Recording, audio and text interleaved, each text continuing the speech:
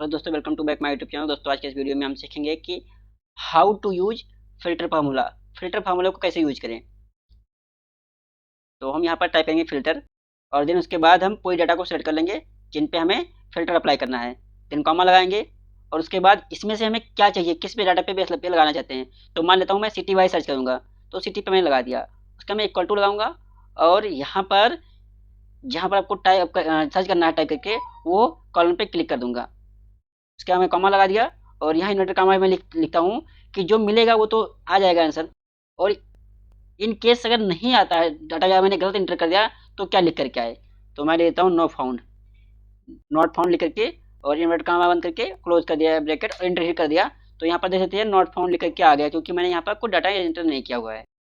अब जैसे मैं यहाँ पर कुछ डाटा एंटर करता हूँ, मैं लेता हूँ दिल्ली लिख दिया, तो यहाँ पर देख सकते दिल्ली का पूरा डाटा निकल के आ गया। अगर मैं यहाँ पर पुणे लिख देता हूँ,